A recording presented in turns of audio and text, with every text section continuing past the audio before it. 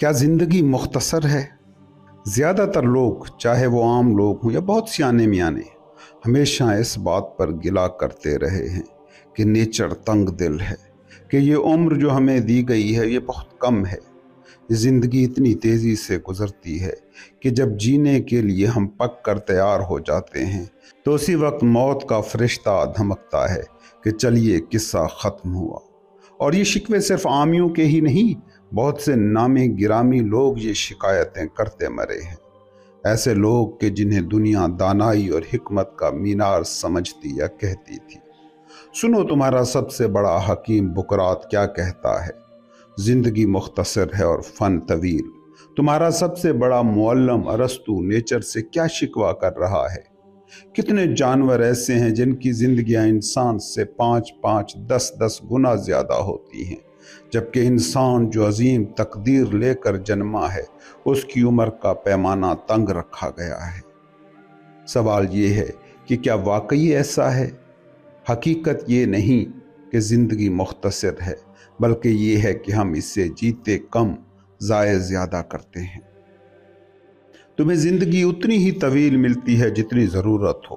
اسے بہتر طریقے سے استعمال کرو تو یہ عظیم کارنامے انجام دینے کے لیے کافی ہے، لیکن جب اسے لاپرواہی، فضول خواہشات اور بے مصرف سوچوں میں برباد کیا جاتا ہے تو مرتے ہوئے ضرور یہ احساس رہتا ہے یہ وقت ہم سے یوں گزر گیا کہ ہمیں اس کے گزرنے کا شعور ہی نہ ہو سکا۔ یاد رکھنا، نیچر نے زندگی کم نہیں رکھی، یہ تم ہو جو خود اس کافی کو مختصر کر دیتے ہو۔ وقت کی روانی اور فراوانی میں کمی نہیں، بیجا اسراف اس تنگی عمر کی وجہ ہے۔ کوئی بادشاہ ہو، خزانوں کا مالک ہو، مگر وہ اپنی دولت بے ہوشی میں، عیاشی میں، بے شعوری میں اڑاتا رہے تو کچھ ہی عرصے کی بات ہوگی کہ وہ غریب، مفلس، کنگال کہلایا جائے گا۔ دوسری طرف اگر کوئی غریب آدمی ہو جس کے پاس معمولی سی جائیداد ہو مگر وہ عقل مند ہو تو وقت کے ساتھ اس کی دولت، ثروت بڑھتی جاتی ہے۔ زندگی کا بھی اصول یہی ہے۔ دانش مندی، ہوش مندی، ہوشیاری سے جی گئی ہے تو بہت ہے، ورنہ عمر خضر بھی کم ہے۔ اب سوال یہ ہے کہ انسان کیوں نیچر سے ایک گلا کرتا ہے، اس نیچر سے جس نے ہر چیز کو کھل کے نوازا ہے۔ زندگی بھی بہت ہے اگر صحیح سے جینا آتی ہے، مگر انسان خواہشوں اور خوش گپیوں میں الجھ کر زندگی جینے کے مقصد سے ہٹ گیا۔ کوئی لالچ میں پڑا ہے، کوئی بے فائدہ مشقت میں گم ہے، کوئی شراب میں غرق تو کوئی کاہلی کا مریض، کوئی اقتدار کے نشے میں غرق اور دوسروں کے فیصلوں کا محتاج تو کوئی دولت کی ہوس میں ٹھوکریں کھا رہا، کوئی فوجی زندگی کی مشقت میں الجھا یا تو دوسروں کو خطرے میں ڈال رہا ہے یا خود اپنی جان کے خوف میں مبتلا ہے۔ کچھ لوگ بڑے لوگوں کی خوشامد میں اپنی زندگی گنوا رہے تو کچھ شہرت اور طاقت کے تعاقب میں پاگل، کچھ کم آمدنی پر نالاں تو کچھ بے مقصد جینے پر بضد، کچھ ہر پل بدل رہے تھاٹس کے بھنور میں بے سمت، کبھی اس طرف جھکتے کبھی اس طرف، اور اپنی فطرت سے کبھی مطمئن نہیں۔ کچھ تو ایسے کہ زندگی کے سوال پر کبھی جنہوں نے سوچا ہی نہیں، تو جب موت آتی ہے وہ حیرت میں گم، نیم بے ہوش پڑے رہ جاتے ہیں۔ شاعر نے بالکل درست کہا تھا، زندگی کا صرف ایک چھوٹا سا حصہ ہی حقیقت میں جیا جاتا ہے، باقی سب زندگی نہیں، بس وقت کا گزر ہے۔ انسان خواہشات اور مقابلے میں یوں جکڑا گیا کہ خود کو پہچاننے اور حقیقت کا سامنا کرنے کے قابل ہی نہیں رہا۔ خوش قسمتی سے کچھ پل کبھی سکون کے مل بھی جائیں تو جیسے طوفان کے بعد سمندر میں ہلچل ہوتی ہے، وہی بے چین بیک گراؤنڈ میں موجود رہتی ہے۔ اور یہ قصہ صرف ان کا نہیں کہ جو ناکام لوگ ہیں، بدقسمت ہیں، بلکہ ان کا بھی جو بظاہر خوش قسمت اور کامیاب نظر آتے ہیں۔ غور سے دیکھنا، کتنے دھنی اپنی ہی دولت کے بوجھ تلے دبے ہیں، کتنے ہیں جو اپنی خطابت اور ذہانت کو ثابت کرنے کی بیجا کوشش میں صحت برباد کر چکے ہیں، کتنے ہیں جو ہر وقت عیش و عشرت میں کھو کر اپنی زندگی کا دیا بجھانے میں مگن ہیں، کتنے ہیں جو ہر وقت دوسروں سے گھرے ہونے کے سبب ایک لمحے کی آزادی سے بھی محروم ہیں۔ اگر تم دنیا کے بڑے بڑے انسانوں کا جائزہ لو تو دیکھو گے کہ ایک کورٹ ڈرامہ ہے جو چل رہا ہے۔ ایک شخص مقدمے میں پھنسا ہے، دوسرا اسے جیتنے کی کوشش کر رہا ہے۔ ایک اپنا مقدمہ پیش کر رہا ہے تو دوسرا اس کا دفاع کر رہا ہے، اور کوئی تیسرا ان کے درمیان فیصلہ کر رہا ہے، مگر کوئی بھی اپنے لیے نہیں جیتا، سب کسی اور کے لیے استعمال ہو رہے ہیں۔ کچھ احمق کامیاب لوگوں پر ناراض رہتے ہیں کہ وہ ان سے ملنے تک کو تیار نہیں۔ کیوں کر رہے ہو کسی کے تکبر کی شکایت؟ کیا تم نے کبھی اپنے لیے وقت نکالا ہے؟ حقیقت تو یہ ہے کہ کوئی بڑا آدمی چاہے وہ کتنا ہی مصروف ہو، کبھی نہ کبھی تمہیں ایک نظر دیکھ بھی لیتا ہے، چاہے حقارت سے دیکھے، مگر چانسز ہیں کہ وہ تمہیں دیکھ لے، تمہاری بات سن لے، تمہارے ساتھ کچھ قدم چل لے۔ مگر کیا تم نے کبھی خود کو دیکھا، سنا؟ خود کے ساتھ کبھی چلے؟ کسی اور سے عزت کی امید پھر کیوں رکھتے ہو جب تم خود کو ہی عزت دینے پر تیار نہیں؟ غور سے دیکھو اپنے چلنے کو، تم دوسروں کے ساتھ چل ہی نہیں رہے بلکہ بس خود سے بھاگ رہے ہو۔ اگر دنیا کے سارے عظیم دماغ مل کر صرف اسی ایک سوال پر غور کرنے بیٹھ جائیں، تب بھی وہ انسانی عقل پر پڑی اس دھند کا سوال حل نہیں کر سکیں گے۔ تم اپنی زمین پر کسی کو قبضہ نہیں کرنے دیتے۔ اگر کوئی تمہاری پراپرٹی کی حدود میں 1 فٹ بھی مداخلت کر بیٹھے تو مثلیں کھل جاتی ہیں، مقدمے چل پڑتے ہیں، ڈنڈے سوٹے نکل آتے ہیں، ملک ملکوں سے لڑتے نظر آتے ہیں، مگر دوسرے تمہاری زندگی پر قبضہ کر لیتے ہیں، تمہیں کچھ نہیں ہوتا۔ بلکہ حیرت تو الٹی یہ ہے، تم خود دعوتیں دیتے پھرتے ہو کہ لوگ تمہاری زندگی پر قبضہ کریں۔ ایمانداری سے بتاؤ، کبھی تم نے کوئی ایسا شخص دیکھا ہے جو اپنی دولت کسی اور کے ساتھ بانٹنے پر تیار ہو، مگر اپنی زندگی تم سب میں بانٹتے پھرتے ہو؟ تم اپنی جائیداد کے تحفظ میں تو انتہائی محتاط ہو، مگر جب وقت ضائع کرنے کی بات آتی ہے تو بڑے فضول خرچ بن جاتے ہو، حالانکہ یہی ایک چیز تھی جہاں کفایت شعاری کی ضرورت تھی۔ کبھی کسی بوڑھے کو روک کر پوچھو ذرا کہ تم زندگی کے آخری مرحلے میں پہنچ گئے ہو، 100 سال کے ہو گئے ہو، ذرا اپنی زندگی کا حساب لگاؤ۔ سوچو کہ تمہارا کتنا وقت قرض خواہوں کے پاس چلا گیا، کتنا وقت کسی معشوقہ، کسی سرپرست، کسی محتاج، گھریلو جھگڑوں، نوکروں کی سرزنش، شہر میں بلا وجہ کی گپ شپ، مصروفیات میں گزر گیا۔ پھر ان بیماریوں پر بھی غور کرو جو تم نے خود پر مسلط کی، اور اس وقت پر بھی جو بالکل بیکار گزارا۔ تم دیکھو گے کہ تمہارے پاس حقیقت میں وہ سال بھی نہیں بچے جن کا تم شمار کرتے ہو۔ یاد کرو کہ تم نے اپنی زندگی میں کتنے موقعوں پر خود کو کسی ایک مقصد کے لیے وقف کیا، کتنے دن واقعی ویسے گزارے جیسے تم نے سوچے تھے، تم کب اپنی مرضی کے مطابق جیے، تمہارا چہرہ کب اپنی فطری مسکراہٹ کے ساتھ کھلا، تمہارا ذہن کب حقیقی طور پر بے فکری کی حالت میں جیا۔ اتنی لمبی زندگی میں تم نے کچھ حاصل کیا؟ کتنوں نے تمہاری زندگی کو تمہاری لا علمی میں لوٹا؟ تم نے کتنا وقت بے بنیاد پریشانیوں، بے وقوفانہ خوشیوں، لالچی خواہشات اور بے فائدہ میل جول میں برباد کیا؟ تمہاری اپنی زندگی میں سے آخر تمہارے پاس بچا کیا؟ تم آخر میں یہی کہو گے کہ تم نے وقت سے پہلے مرنا قبول کر لیا۔ یہ سب کیوں؟ اس لیے کہ تم زندگی اس طرح گزارتے ہو جیسے ہمیشہ زندہ رہنا ہے۔ تم وقت کو اس طرح ضائع کرتے ہو جیسے تمہارے پاس لامحدود خزانہ ہو، حالانکہ جس دن کو تم کسی اور کے حوالے کر رہے ہو وہی شاید تمہاری زندگی کا آخری دن ہو۔ تم خوف کے معاملات میں خود کو ایک فانی انسان کہتے ہو، مگر خواہشات کے معاملوں میں خود کو امر تصور کرتے ہو۔ تم کتنے ہی لوگوں کو یہ کہتے سنو گے، جب میں 50 سال کا ہو جاؤں گا تو سکون کی زندگی گزاروں گا، جب میں 60 سال کا ہو جاؤں گا تو ریٹائر ہو کر اصلی زندگی جیوں گا۔ مگر تمہیں طویل زندگی کی گارنٹی آخر دی کس نے ہے؟ تمہیں شرم نہیں آتی کہ اپنی زندگی کے صرف بچے کھچے لمحے اپنے لیے بچاتے ہو، اور حکمت و دانائی کے لیے وہ وقت نکالتے ہو جو کسی اور کام کے قابل نہ ہو؟ جب زندگی ختم ہونے کے قریب ہو تب جینا شروع کرنا کتنی بڑی حماقت ہے۔ اپنی فانی حقیقت کو بھلا دینا اور دانش مندانہ منصوبوں کو 50ویں یا 60ویں سال کے لیے ملتوی کر دینا کتنا بڑا دھوکہ ہے۔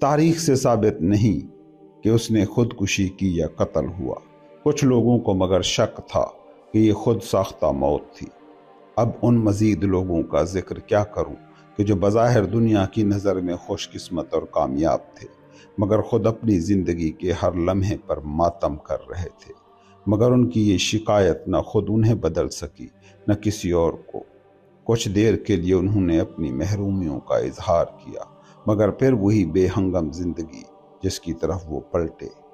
یہ بات طے ہے کہ چاہے کسی کی زندگی 1000 سال کی بھی ہو، وہ کم ہی محسوس ہوگی، کیونکہ انسان کی بے شعوریت اس کے وقت کو نگل جاتی ہے۔ وقت خود بھی تیزی سے گزرنے والی چیز ہے، مگر اگر اسے عقل مندی سے استعمال کیا جائے تو اسے لمبا کیا جا سکتا ہے، لیکن لوگ اسے روکنے یا اس کی رفتار کم کرنے کی کوشش نہیں کرتے، بلکہ وہ اسے یوں بہا دیتے ہیں جیسے یہ کوئی فالتو اور بیکار چیز ہو۔ مگر سب سے زیادہ نقصان وہ لوگ کرتے ہیں جو اپنی زندگی شراب اور ہوس میں ضائع کر دیتے ہیں، کیونکہ یہ سب سے زیادہ ذلیل ترین مصروفیات ہیں۔ باقی لوگ جو بے مقصد شہرت کے پیچھے بھاگتے ہیں، وہ کم از کم کسی غلط فہمی میں مبتلا ہو کر اپنی زندگی کا سودا کر رہے ہوتے ہیں۔ تم میرے سامنے بخیل، غصیلے، ظالم یا جنگجو لوگوں کی فہرست بنا کر پیش کر سکتے ہو، مگر ان سب کی گناہ گاری کم از کم کسی مضبوط خواہش پر تو مبنی ہے۔ لیکن جو لوگ ہوس اور شکم پرستی کے غلام بن گئے، وہ سب سے زیادہ ذلیل زندگی گزارتے ہیں۔ اگر تم ان لوگوں کے دنوں کا حساب لگاؤ تو تم دیکھو گے کہ کتنا وقت وہ حساب کتاب میں گزارتے ہیں، دوسروں کے لیے جال بچھانے یا خود ان کے جال سے بچنے میں صرف کرتے ہیں، دوسروں کی خوشامد کرتے ہیں یا دوسروں کی خوشامد کا نشانہ بنتے ہیں، ضمانتیں دیتے اور وصول کرتے ہیں۔ ان کی زندگی خواہ وہ نیک ہو یا بد، انہیں ایک لمحے کی فرصت نہیں دیتی۔ سیکھنے کا سب سے مشکل ہنر ہے جینا۔ ایک حقیقت ہے کہ کوئی بھی شخص کسی بھی کام میں کامیاب نہیں ہو سکتا اگر وہ منتشر اور ہر وقت الجھا ہوا ہو۔ کتابت اور علمی مطالعات تک میں اگر ذہن منتشر ہو تو وہ کچھ بھی گہرائی سے نہیں سیکھ سکتا، کیونکہ جو کچھ زبردستی ٹھونسا جائے وہ ذہن قبول نہیں کرتا۔ اور حیرت کی بات یہ ہے کہ جینا جو سب سے اہم عمل ہے، وہی سب سے کم اہمیت رکھتا ہے۔ دنیا میں ہر فن کے لیے استاد مل جاتے ہیں، اور بعض علوم تو اتنے آسان ہوتے ہیں کہ بچے بھی انہیں سیکھ کر دوسروں کو سکھا سکتے ہیں، مگر جینا سیکھنے میں پوری زندگی لگ جاتی ہے۔ اور جو چیز تمہیں اور بھی زیادہ حیران کرے گی وہ یہ ہے کہ مرنا سیکھنے کے لیے بھی پوری زندگی درکار ہوتی ہے۔